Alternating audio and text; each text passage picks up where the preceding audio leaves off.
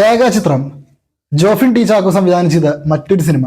നമ്മുടെ മമ്മൂക്കാനെ വെച്ച് കൊറോണ കാലത്ത് പ്രീസ്റ്റ് എന്ന് പറഞ്ഞ സിനിമ ഇറക്കി 50% ഒക്യുപൻസിയിൽ തിയേറ്റർ റൺ ചെയ്യുന്ന സമയത്ത് ആ സിനിമ ഒരു വലിയ വിജയമായിരുന്നു. The priest. ആ സംവിധായകന്റെ മറ്റൊരു സിനിമയായ രേഖാചിത്രം ഇന്ന് തിയേറ്ററുകളിലെത്തി.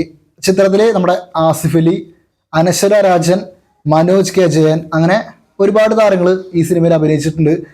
സിനിമയെ പറ്റി പറയുകയാണെങ്കിൽ കിഡു പടം, കിഡു കിഡു കിഡു അങ്ങനെ തന്നെ പറയാം.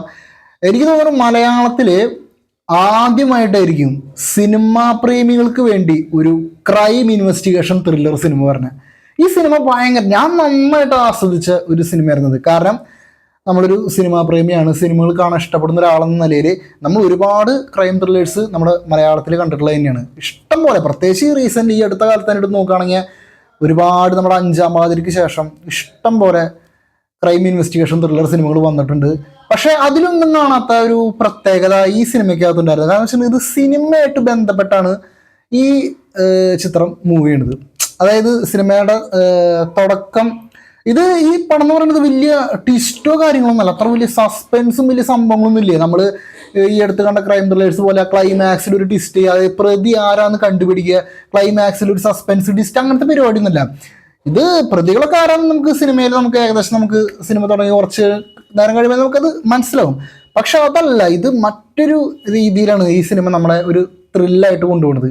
പ്രത്യേകിച്ച് എനിക്ക് ഭയങ്കരമായിട്ട് ഇഷ്ടപ്പെടാൻ കാരണം സിനിമയായിട്ട് ഇതിന് ആർട്ട് ഡിപ്പാർട്ട്മെന്റ് ഒക്കെ എടുത്തു പറയണം. കാരണം ഇതിന് കാതോരെന്ന് പറഞ്ഞ മമ്മൂക്കാന്റെ 40 വർഷം മുമ്പ് ഇറങ്ങിയ സിനിമ, ആ സിനിമയുടെ ലൊക്കേഷനിൽ നടക്കുന്നതാണ് ആ സിനിമയുടെ ലൊക്കേഷനിൽ നടക്കുന്ന ഒരു സംഭവം എന്നുള്ള രീതിയിലാണ് ഈ സിനിമയിലെ ആ ഒരു അന്വേഷണം കാണിക്കുന്നത്. അപ്പോൾ ആ സിനിമ കാണിക്കുന്നതിൽ മമ്മൂക്കുണ്ട് സിനിമയിൽ, അത് AI ആയിട്ടാണ് കാണിക്കുന്നത്. അതൊക്കെ അടിപൊളി.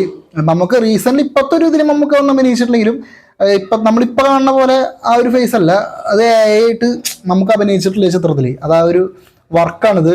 പക്ഷെ സിനിമയിലെ മമ്മൂക്കാൻ്റെ ഒരു വോയിസ് ഓവറൊക്കെ വരുന്നുണ്ട് അവസാനം, അതൊക്കെ ഭയങ്കര ഫീലാവും. അപ്പോൾ ഞാൻ പറഞ്ഞതെന്ന് വെച്ചിട്ടുണ്ടെങ്കിൽ ഇതിൻ്റെ ഈ കാതോർ എന്ന് പറഞ്ഞ സിനിമയിൽ ആ ഒരു ആർട്ട് വർക്ക്, അന്നത്തെ കാലത്ത് സിനിമ ലൊക്കേഷനൊക്കെ സെറ്റ് ചെയ്ത രീതി, അതുപോലെ ആ ഒരു സീനിൻ്റെ കണ്ടിന്യൂറ്റി ഭയങ്കര രസമുണ്ടായിരുന്നു കണ്ടിരിക്കുക. നമുക്ക് തന്നെ കാണുമ്പോൾ മമ്മൂക്കാനെ കൊടുന്നു തോന്നും. അതുപോലെ തന്നെ ഇന്ദ്രൻ സാറിൻ്റെ റോള് എല്ലാം അടിപൊളിയായിരുന്നു. മൊത്തത്തിൽ ഭയങ്കര രസകരമായിട്ട് പോയ ഒരു സിനിമ തന്നെയായിരുന്നു ഇത്. അതിൽ എടുത്തു പറയേണ്ട കാര്യം എന്ന് വെച്ചിട്ടുണ്ടെങ്കിൽ ഈ സിനിമയ്ക്ക് ഫസ്റ്റ് ഹാഫിൽ കഴിഞ്ഞപ്പോൾ തന്നെ മനസ്സിലായി അനാവശ്യമായിട്ടുള്ള സീനുകളൊന്നും ഇല്ലാതെയാണ് ഈ സിനിമ പോണത്. ഒരു രീതിയിൽ ഒരു അനാവശ്യ സീനോ കാര്യങ്ങളൊന്നുമില്ല. എല്ലാം സിനിമയ്ക്ക് ആവശ്യമായിട്ടുള്ള മെയിൻ ഒരു ക്രൈം ഇൻവെസ്റ്റിഗേഷൻ ത്രില്ലർ സിനിമയ്ക്ക് വേണ്ട മെയിൻ കാര്യങ്ങൾ തന്നെയാണ് സിനിമയുടെ ആദ്യം മുതലേ സിനിമ സ്റ്റാർട്ടിങ് തൊട്ടേ പോകുന്നത്. അതിൻ്റെ ഇടയിലാണ് കേസ് അന്വേഷണത്തിൻ്റെ ഭാഗമായിട്ട് ഈ സിനിമാപരമായിട്ടുള്ള കാര്യങ്ങൾ, സിനിമാ പ്രേമികളെ രസിപ്പിക്കുന്ന രീതിയിലുള്ള ചില സീനുകളും കാര്യങ്ങളൊക്കെ വന്നു പോയത്.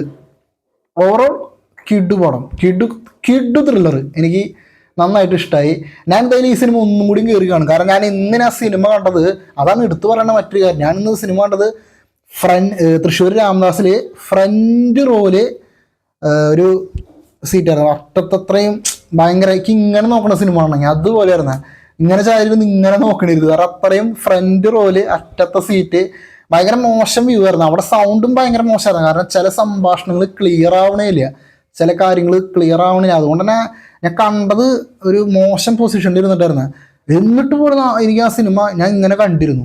എന്തായാലും ഞാൻ തീരുമാനിച്ചു, ഞാൻ സിനിമ കഴിഞ്ഞിറങ്ങിയപ്പോൾ ഞാൻ തീരുമാനിച്ചിട്ടുണ്ടായിരുന്നു എന്തായാലും ഒരു പ്രാവശ്യം കൂടി നല്ലൊരു വ്യൂവിലിരുന്ന്, സെൻട്രൽ വ്യൂവിലിരുന്ന് ഒരു പ്രാവശ്യം കൂടി എനിക്ക് ഈ സിനിമ കാണണമെന്ന് ഞാൻ വിചാരിച്ചിട്ടുണ്ട്.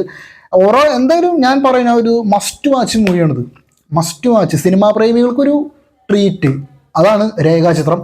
മസ്റ്റ് വാച്ചാണ്. പറ്റുന്നവരെന്തായാലും കണ്ടുപോയിക്കോ.